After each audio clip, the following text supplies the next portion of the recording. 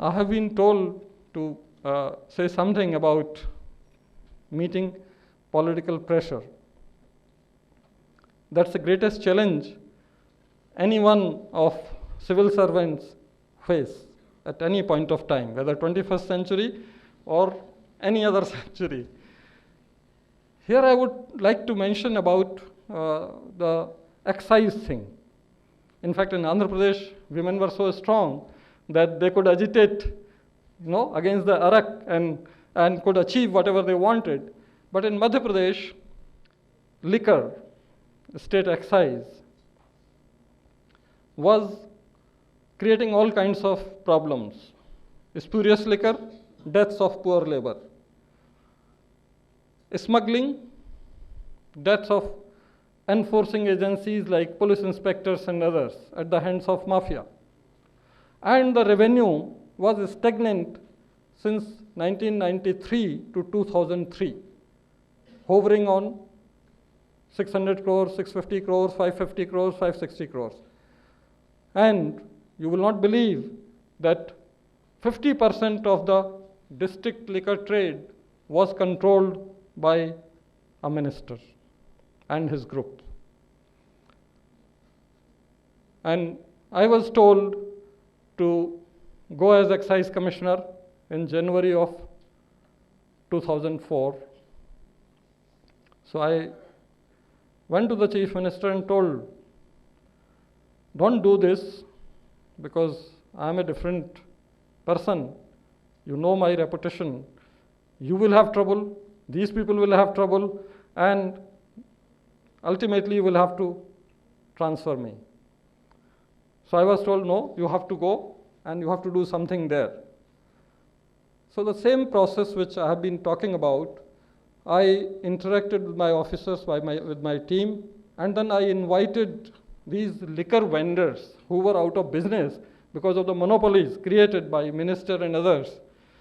I went all around holding seminars, and I was mocked at that here is an IAS officer who is holding seminars for liquor vendors. And even the press criticized.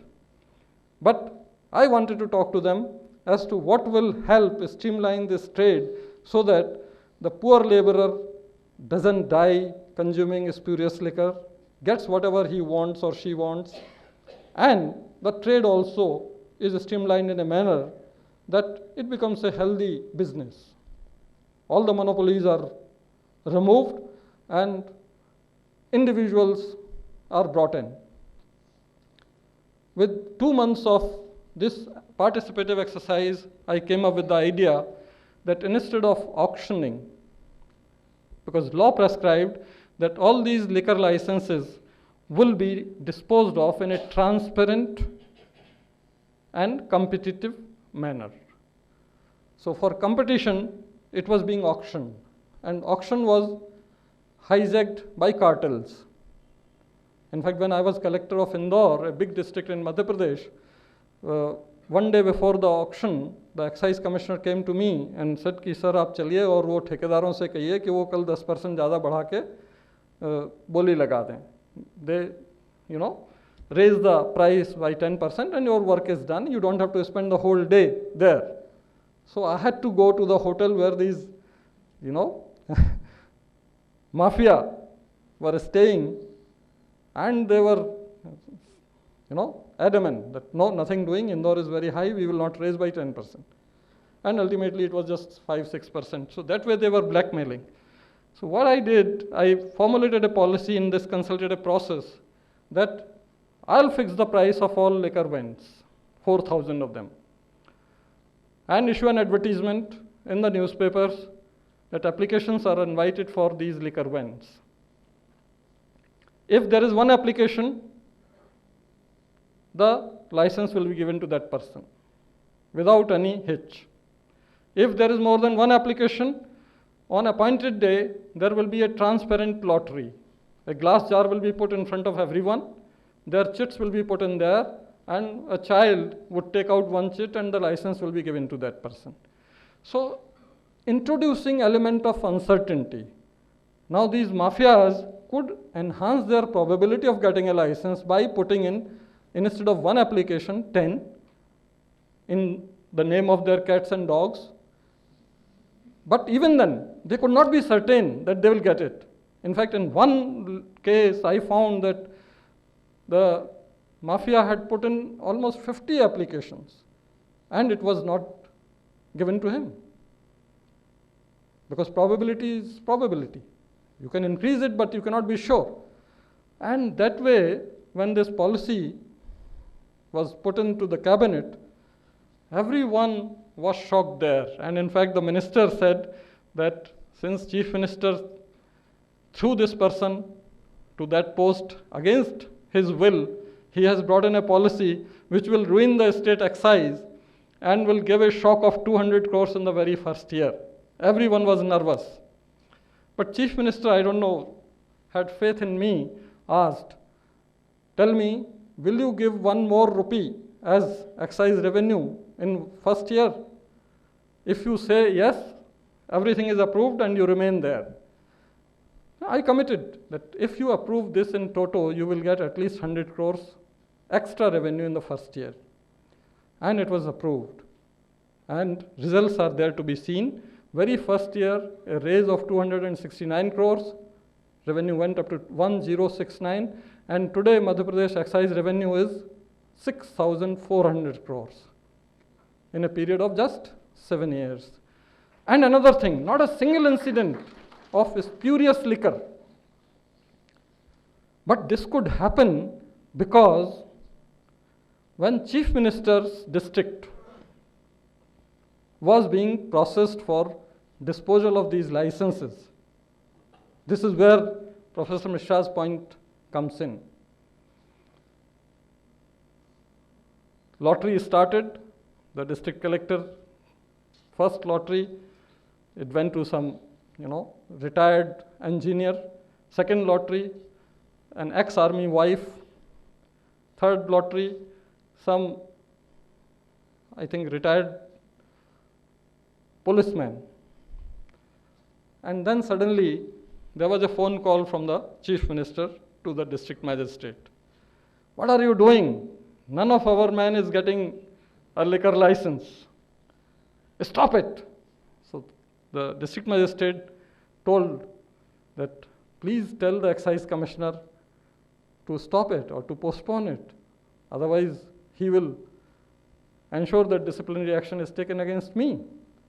So the Chief Minister said, you do it, I'll ensure that excise commissioner sends an order to you. So this fellow stopped the disposal. And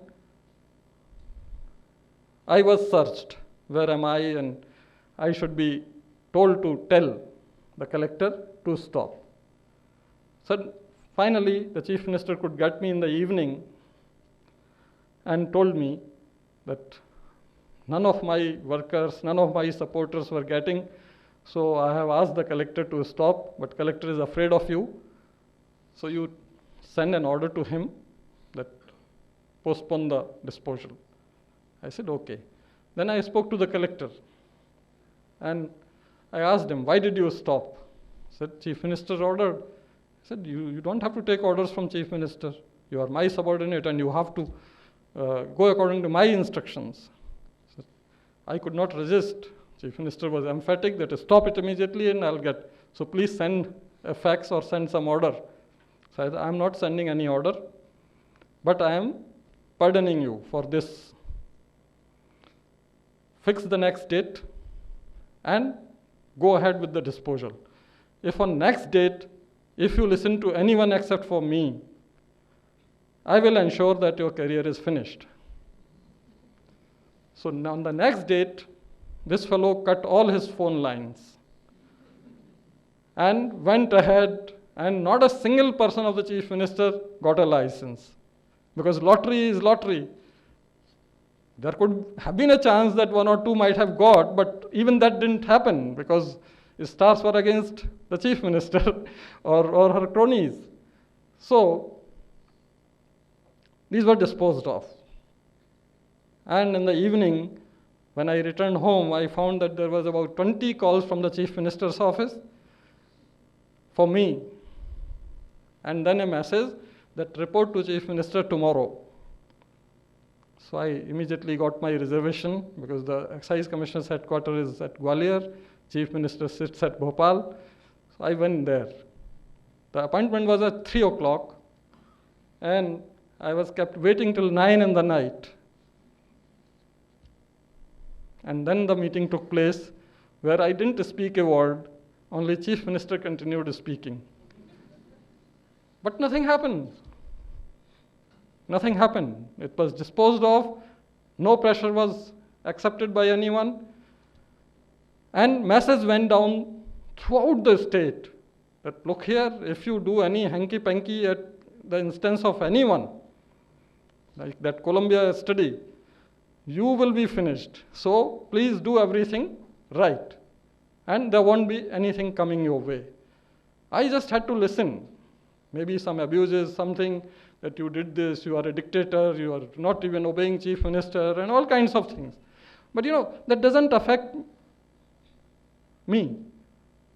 In fact, I always felt bad for people who mouth these kind of words, because it is degrading them, not me. Why should I bother about it? And that helped. Finally, the results were there, and Chief Minister called me and said, you have done a wonderful job. Revenue has gone up by 269 crore. I wanted only 1 rupee more. So now tell me, where do you want to go? So I realized that it has been understood that this kind of ethical working should not continue for long, because there is, need for accommodating other pressures. I said, fine, wherever you want to, post me. And that really showed. And it was made into a case study by academy, and it was taught there. So in fact, no pressure can affect you in any manner if you have built your capacities from within. That is important, and that is what my last point was, that everything else can be taken care of. But your own health, your own well-being, your physical and mental coordinates, remaining rational, can only be maintained by you, by no one else. And once you maintain those coordinates rational, you can face any kind of pressure, any kind of challenge coming your way. And I wish you all success in all your endeavors. And thank you, IPE. Thank you, Professor Rama. Thank you, Professor Mishra. Thank you.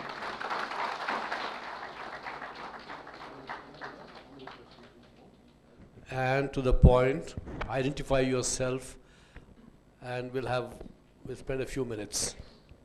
The speaker has told us about public enterprise performance going down for this year 1912-13. This appears very depressing. Now, talk of world economy going down and all that is not in our hands. The challenge is in our hand, one, whether public sector enterprises are working as board managed companies in the real sense of the term. Can we have a meeting of PSU chiefs and ask them what is coming in their way to run them as board managed companies? Whether they are able to take the decision in the boardroom. Even today, a circular which was issued by DP 40 years ago, that the chief executive cannot go abroad unless he gets clearance from the ministry, I can never tolerate it. Let the board decide. I am responsible to the board where I have to go, not to go to my minister. Even today, you say you are a commercial company, take commercial decisions, and then you keep me straight under Article 12 of the Constitution, where CBI, CAG, CVC, all the swords are dangling on me. Now, these are the real challenges which somebody has to take care. So many PSUs don't have independent directors. Even against the law, government is not fulfilling them. This is the challenge which somebody has to see, and it is met. Thank you, Professor Lakshmi Narayan. It's a very valid, very real, attest to ground reality, whatever he has said. I would answer every point. Article 12 of the Constitution. Public sector is considered a state, and it's a Supreme Court ruling. And by way of Article 12 becoming a state, they can be petition, writ petition can be filed against them. They have to follow right to information, whereas their private sector competitor do not have to. So all kinds of problems come their way. Then they have multiple oversight. CAG, CVC, then parliament committees, administrative ministries, all kinds of, whereas private sector doesn't have. Then the foreign travel.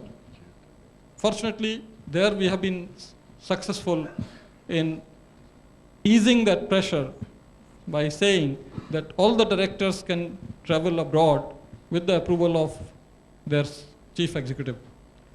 For chief executive also, as per their corporate business plan, those occasions they are permitted, but in rest of, and they just have to inform the administrative ministry, but otherwise, whenever any sudden need arises, they have to seek administrative ministry's approval. However, this is not being implemented by administrative ministries, obviously, for keeping their own control. And therefore, this point was raised when we afforded an opportunity to our CMDs to meet the Prime Minister last year for about 1.5 hours. There it was raised, and Honorable Prime Minister had promised that even administrative ministries will follow this direction of Department of Public Enterprises.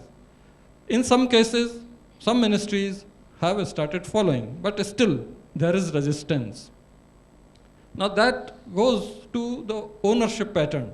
In China, the ownership of public sector is unified in SASAC, State Asset Management and Control Authority. Whereas in our country, because of necessity of democratic governance, that the control of public sector is diffused. Like steel manufacturing, public sector will report to steel ministry, coal ministry, like that.